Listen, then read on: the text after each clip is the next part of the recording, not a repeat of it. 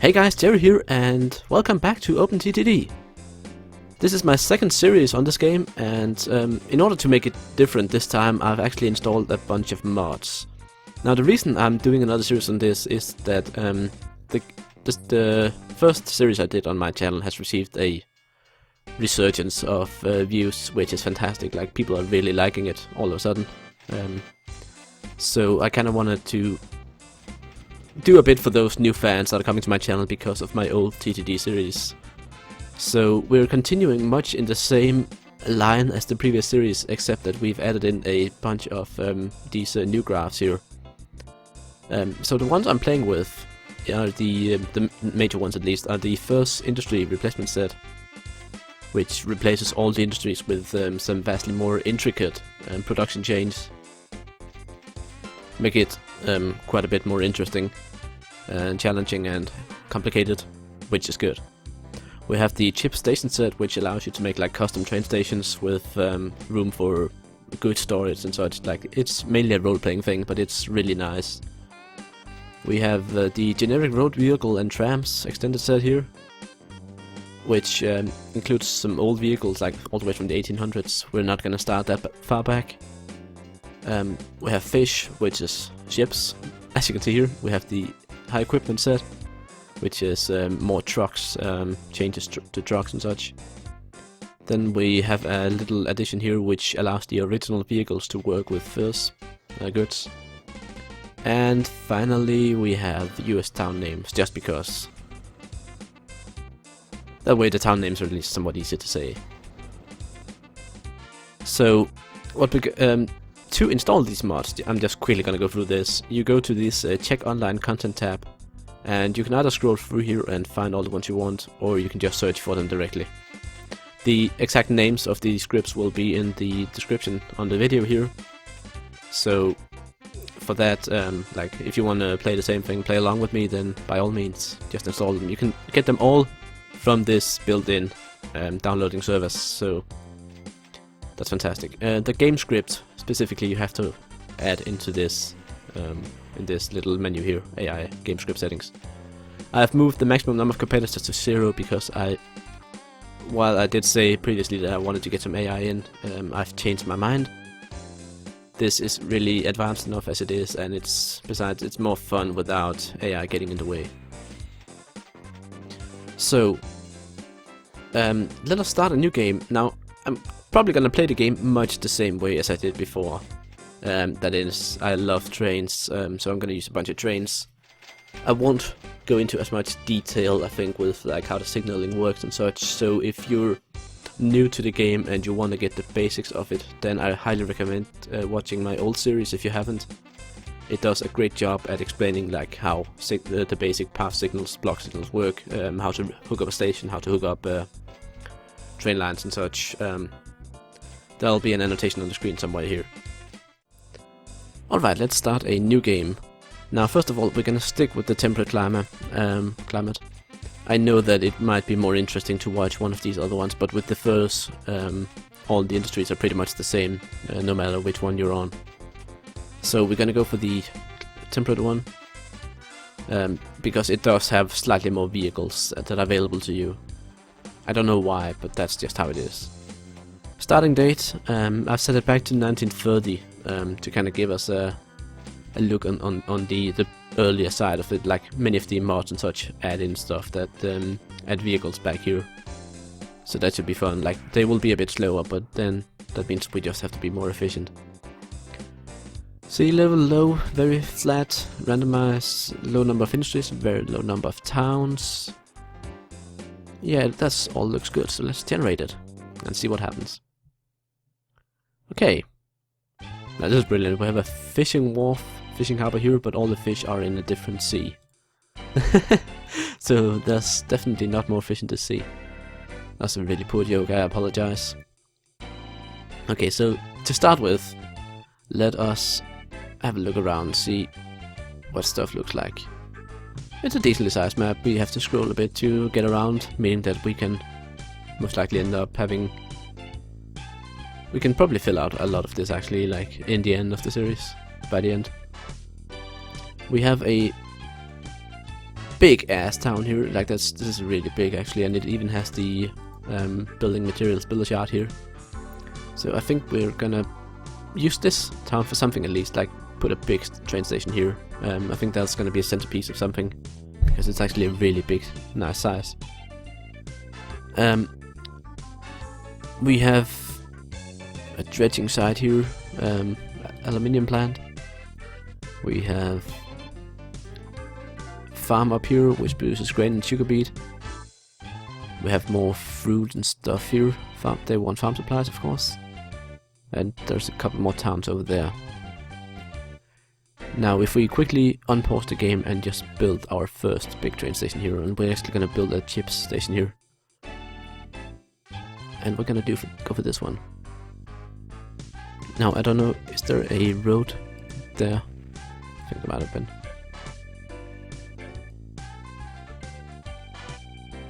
So let's go for a big one. And then basically what chips allows us to do is add these extra tiles to the station. So we can kind of have our station go around this builder's yard here, and we can add in extra stuff, like we have the little house there. We can do this. So now we have like a really nice looking town or station here. We can also add a dispatcher's office there. Like that entire thing is a full station now. That's really nice. Okay, so if we I should be able to. I'm guessing that I have it connected up probably. So we're just quickly gonna set up the train tracks to connect the station here. And then once this is done, there we go. We can figure out what we actually want to transport here. Like we have the option of both passengers, mail, building materials, and goods. Now, goods are not going to be made unless we actually make them ourselves. But maybe setting up a passenger line to some of the to one of the other towns here would not be such a bad idea. Like if you look up here, it's pretty far, but these two towns together are actually pretty big. So if we had another station like here, this little area here, and then we connect them together, then not only do we have a passenger line that we can kind of rely on for general what's it called, just a general income. We also have the option of later on using the entire, or these 2 or 3 towns here as a method of delivering goods and food that we produce at the different industries. I don't know why I'm having such a hard time coming up with the words right now, but that's, yeah. Okay, so we got 2 stations hooked up now. They are very far apart. That's a bit of a problem. We can probably only afford to have 1 line of rails going through to start with. So let us just start by doing that. I mean, there's not really anything else to do really than just start building. I'm just gonna take this one out a bit more, then we'll cut the corner there, just to give this town plenty of space. And of course we need a bridge across the river. Now as you can see, there are these 2 fruit plantations here. These would be pretty good if we had a grocery shop in one of these towns, because we could just hook them up directly and sell there. But unfortunately that's not what we have. We have absolutely nothing in these towns, except for the builder shop here. I'm just trying to plan a route here. I think we want to go, if you go down here, there maybe, and then cross over here, down, and just try and keep it level, and then we take this one up here and across here.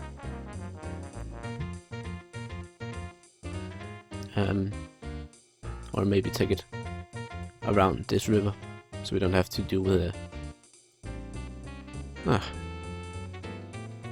it's gonna be fun. So let's see. If we just continue this directly, it's actually gonna hit the side of the mountain here. Not the mountain, but the hill. If we just get us a bit more space, then we can turn it properly. Now, the reason you want a good turn is to prevent the train from decelerating too much. So that, like, if they're in two corners at the same time. Okay, that's so far so good. Let's get up here and see. Yeah, I think we wanna go for this line here. Nope, don't want that. That was a mistake. There. Ooh, I actually landed up pretty well. Alright, so we have all these rivers here which are just so much in the way.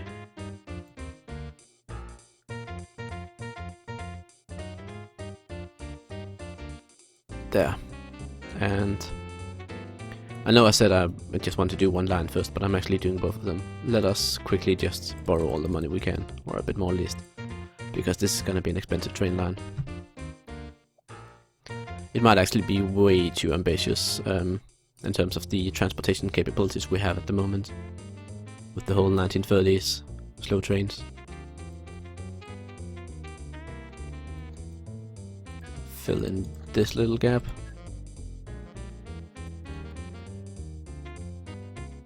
Okay, we're slowly getting closer. Continue up there. And if we give you a turn here. And another one there. Now, the one up there is the one that's supposed to be connecting to this line here, so we're just gonna finish this. Now, this is actually a bit annoying that they're on two different levels, because it looks like they might actually align pretty well. But we're gonna have to make this extra stupid turn here.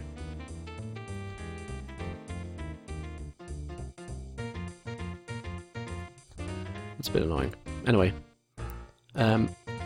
in order to start making money, I think we're just gonna close off this one there, and then we'll put these two together there.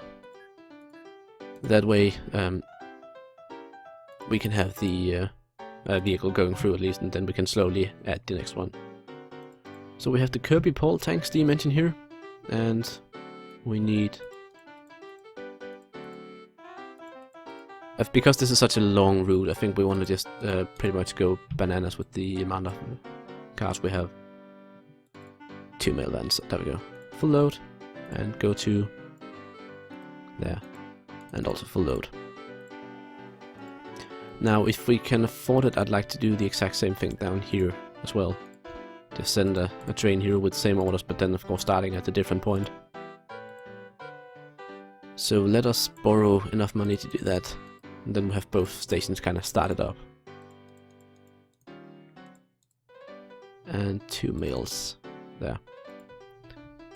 Go there, full load, get going, and then go there, also full load. You are going the wrong way, mister.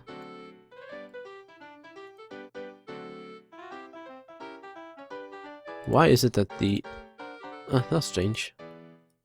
The depot that didn't want to... Maybe I ran out of money. Oh well. It's... The trains are on their way now.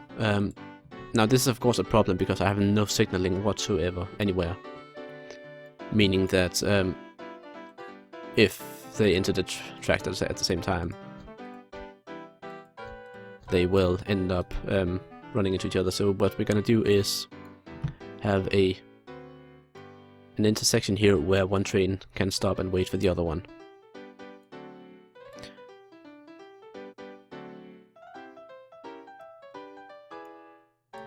We can actually do the path signals on this entire line of train down here. So if you hold on control, do that. No? What? I didn't want that. Oh, come on. Why did it do that? Remove all these. There we go, finally. I don't know why that works so badly. Now, as you can see, these path signals continue all the way up to here. And then what we're gonna do here is gonna have a... We're gonna first of all remove this one. So we put a block signal there. And a block signal here. So basically, if there's a train in this line, this one will show red, meaning that this train here will stop. And the same goes for on the station up here. Now of course the first train we build is already on its way. And this one's on its way as well. So hopefully this train should stop once it reaches this signal here, because this entire block after it has a train in it. Now the more of these, like you can do these pretty well, these little intersection bits. Like we can make another one here and then go for the standard block signals here. So if we say, okay, on the right hand side there and then the left hand side there. So basically this one shows green now, as you can see, because there are no trains coming after it. This one shows red because there is a train in this section. Now because it hasn't arrived yet, but this one now as well shows green because there are no trains between this one and the next block signal up here. Once that does start being the case though, like the signals will change appropriately. So right now we have two ways for these trains to pass each other. Like they can either be in these dual carriageways here, dual lanes that we made, or they can basically end up waiting up here. So if we just zoom a bit here, now we can see this one here should stop for the red light here because this one is in the section. Yeah, there we go. So as soon as this one clears this signal completely, this one will start moving again. Now this is a trick I did not show in the previous series because we went for a shorter route, meaning that we could actually afford to just put dual carriages all the way, or dual lines. See, this one turns red as the train enters. Now it's clear, meaning this one turns green and this train passes. So yeah, that works pretty well. Like it does delay the arrival of the traffic or the goods a bit, but on the other hand it does prevent crashes. So now we actually do have a method to start making some money back. Now Brunford here is not growing because of course there has been no delivery of goods to it yet, or wares, any sort of delivery. That's still waiting to happen. What other options do we have nearby here? We do have a a sheep farm. So we have livestock. We have another sheep farm there. We have these mixed farms here, arable farm, grain and sugar beet. And we have paper mill. That's a brewery being built. Not bad, not bad. Too bad it is... it's not that far away actually. We can hook that up eventually. Well, we're gonna have to actually, because the train, as you can see, this actually looks really horrible. Like it would look so much better if we just directly connected like that, but there's a mountain in the way. Maybe once we're filthy rich, we can just level the entire mountain and straighten this one out. Now, as you can see, the whole thing about the what's it called? Industries and such being more gentle with the amount of time they give you to pick up stuff. You can see that here. Like we have a lot of stuff waiting for us. Like when you click on the city, it says passengers last month. It actually gives a lot more, a larger percentage of the max passengers than otherwise. Let's just zoom a bit here. Which train? They actually arrived pretty much at the same time. So let's look at this one. Nope, depot. That reminds me, we might actually want to make some depots along the way for these old trains to get fixed in. Okay, so let's see, these guys have been on the way for quite a while. Apparently there's a subsidy on the mail, or some sort of bonus. So let's see how much we actually get for these. Like, as you can see, we're down in the red now, so getting the income right now is pretty good. There we go, 67,000 from that one, and if we are quick, 51,000 from that one. So yeah, that's we can actually afford another train now.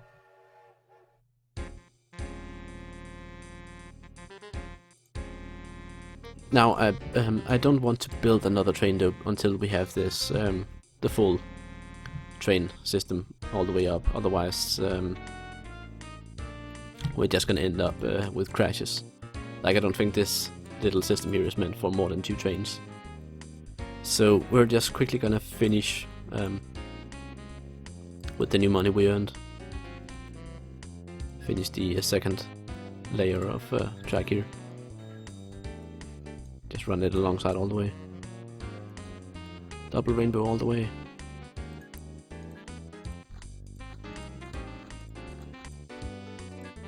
Hopefully we have enough. Nope, I did not want to do that. There. Okay, so we have a passenger line set up now, and it's providing a bit of income for us, which is good.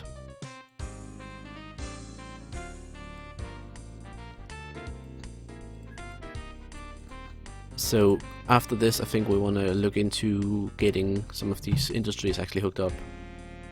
Like, that's pretty much necessary. Okay, we can't really hook these lines up that well yet. We can remove this and pass signals here.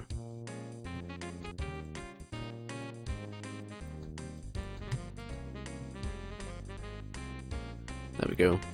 Now we have this train here we want him to go into this line. So if we remove that and go there. And then we basically make it so that we prevent this train up here from actually entering the other line as well. So now the 2 lines are completely isolated. And we can fill in all the path signals. There we go. Our dual train line is complete. And we now have a way to deliver like 2 cities that we can actually deliver goods to, depending on where we produce them. So that's really good, and these trains can work completely independent of each other. Now this one is the one going to Brunford first, so let's clone him. We can't afford that, we've spent all our money again. Company value $2.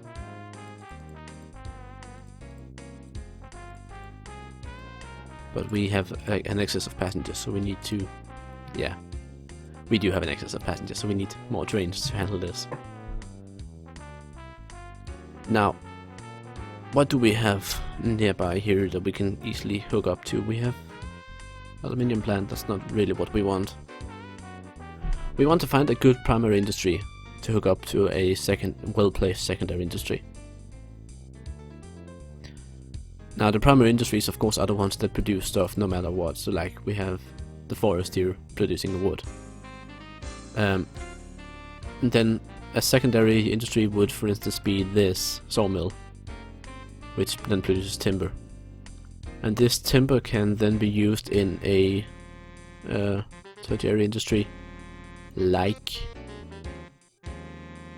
not the paper mill. That one actually needs the raw wood, but maybe a furniture factory which then produces goods. Like that's one example of the research chains. And you can actually, if you look here, you can see the industry chain for the various stuff. Like at the moment we're looking for the aluminium plant. So if we take, for instance, let's go for the brewery. That's a good one. So the brewery accepts manufacturing supplies, fruit and grain. Grain, of course, comes from the arable farm, while fruit comes from the fruit plantation. And the brewery then produces alcohol, which you can sell to hotels or you can sell it to grocers' shops. So that's pretty much how it works. There are, of course, many of these that are more advanced. The builder's yard is pretty simple because it's just a sink. But the furniture factory here, as you can see, sawmill produces timber, and these other guys produce manufacturing supplies. If you combine these two together, like you can produce furniture with only timber, but the manufacturing supplies then increase the rate at which you produce if you give them as well as the timber. And then you get goods which can be sent to houses, petrol stations and hardware stores.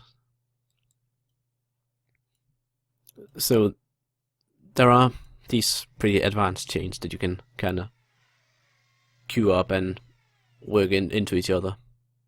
But I think for now we're gonna call this an episode. We've gone a bit over time, at least if my time is 20 minutes, trying to get a train line set up and doing the whole intro thing. So yeah, until next time, I'm Jerry, and this has been Modded OpenTTD. I hope you guys enjoyed.